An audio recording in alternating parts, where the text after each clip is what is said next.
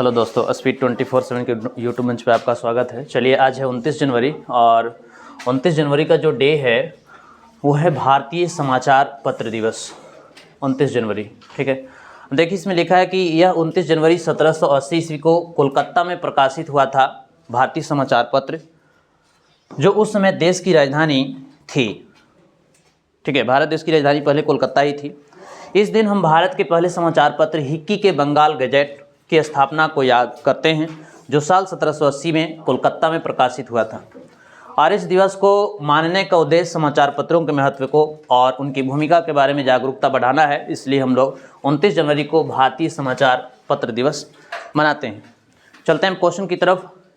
ये रहा world GK का क्वेश्चन। पहला सवाल, म्यांमार की मुद्रा को क्या कहते हैं? ये म्यांमार की मुद्रा है, ये वहाँ की राजा है। म्यांमार की मुद्रा को हम लोग म्यांमार कयात कहते हैं।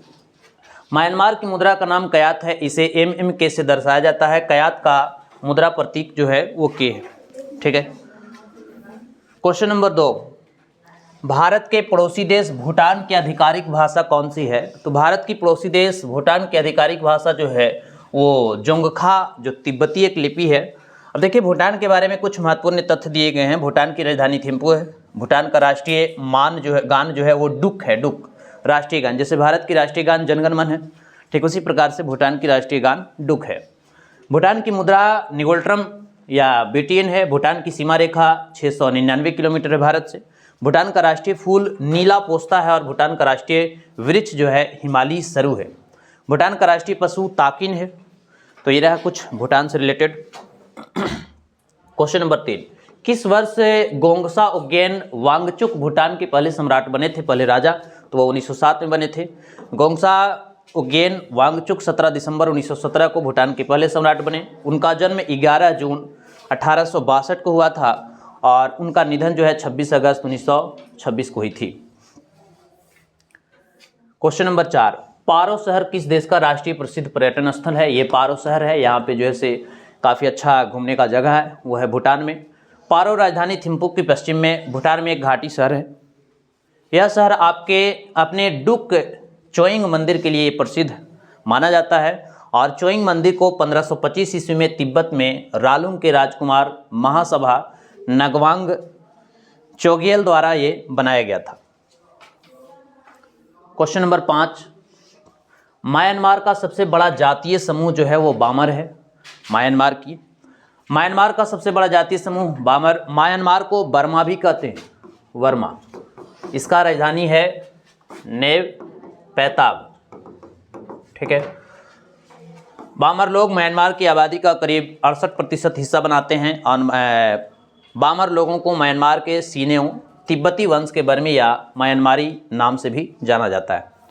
क्वेश्चन नंबर 6, भूटान का राष्ट्रीय खेल। ये भूटान का राष्ट्रीय खेल है, ये तीरंदाजी है, ठीक है।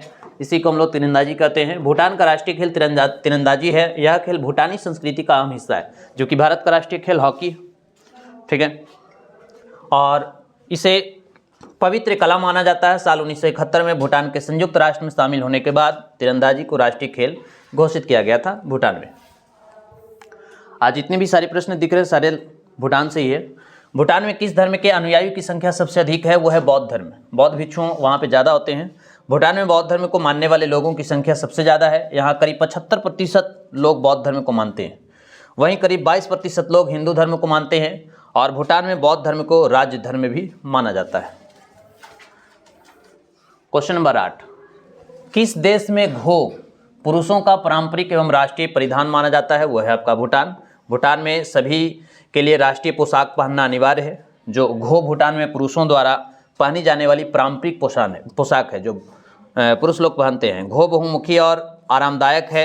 पुरुष इसे घुटनों तक पहुंचने वाले गाउन के रूप में पहनते हैं और इसे केरम नामक बेल्ट से बांधा जाता है। किसी देश के विकास के संदर्भ में निम्न में से कौन सा देश सकल राष्ट्रीय खुशहाली से जुड़ा है? वो है आपका भूटान। सकल राष्ट्रीय खुशहाली आर्थिक और नैतिक प्रगति का एक पैमाना है, जिसे भूटान के राजा 1970 के दशक में सकल घरेलू उत्पाद के विकल्प के रूप में पेश किया था, ठीक है। क्वेश्चन नंबर 10, और ये आज वर्ल्ड जीके का आज का क्वेश्चन ये लास्ट है। सोपारकर और उनकी विश्वव्यापी पहल डांस फॉर ए कॉज का लोगो किस देश की सरकार द्वारा जारी एक आधिकारिक डाक टिकट पर मुद्रित किया जाता है? तो वह भूटान है। ठीक है, तो आज का ये अंतिम प्रश्न था।